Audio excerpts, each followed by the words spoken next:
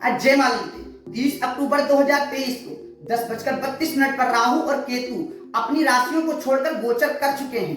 राहु मेष राशि को छोड़कर मीन राशि में और केतु तुला राशि को छोड़कर कन्या राशि में गोचर कर चुके हैं। और हम बात कर रहे हैं इस गोचर का आपके जीवन पर क्या प्रभाव पड़ेगा।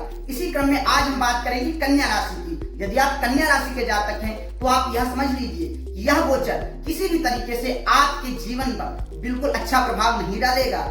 जीवन साथी के प्रति रिश्तों में खटास आएगी, इसीलिए जीवन साथी पर विश्वास बनाकर रखें, उन पर शक बिल्कुल भी ना करें। यदि आप पार्टनरशिप में व्यवसाय कर रहे हैं तो धन संपत्ति को लेकर वाद विवाद के प्रबल योग हैं, परंतु यदि आप स्वतंत्र व्यापारी हैं या आप नौकरी पेशा वाले व्यक्ति हैं तो आपको धन इत्यादि के मामले में बिल्कुल भी चिंता नहीं करनी चाहिए। आय दिन दूनी और रात चौगुनी होगी।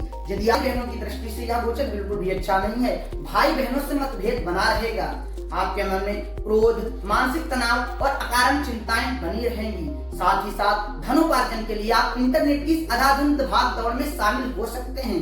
यदि आप विद्यार्थी वर्ग के हैं तो आपको यह जानना बहुत ही आवश्यक है कि इस समय में आपके मन में भ्रम की स्थिति बनी रहेगी, पढ़ाई में बिल्कुल भी मन नहीं लगेगा। यदि आप प्रेम संबंध में हैं तो यह जान लीजिए कि किसी तीसरे की वजह से या किसी गलत फहमी की वजह से संबंध विच्छेद के योग हैं, अर्थात आपका यह संबंध टूट सकता है। आपको एक बात का विशेष ख्याल रखना चाहिए कि यदि आपके दाम्पत्य जीवन में पहले से ही कला है तो आप यह समझ लीजिए कि आपका दाम्पत्य जीवन टूटने की ओर है। परंतु यदि आपके दाम्पत्य जीवन में अब भी प्रेम है तो आपको अपने जीवन साथी के स्वास्थ्य के प्रति सचेत रहना चाहिए और उनके स्वास्थ्य का पूरी तरीके से ध्यान रखना चाहिए, बिल्कुल भी नहीं करना चाहिए। उसके साथ ही साथ राहु केतु के अशुभ प्रभाव से बचने के लिए आप नित्य प्रति कुछ उपाय कर सकते हैं। जैसे कि आप गणपति मंदिर में जाइए, वहां पर गणपति भगवान की पूजा और आराधना कीजिए, उनको दूर्वा चढ़ाइए और उनकी प्रदक्षिणा कीजिए। आप नित्य प्रति गणपति अथर्व शीर्ष का पाठ करिए और माता छिन्नमस्तका का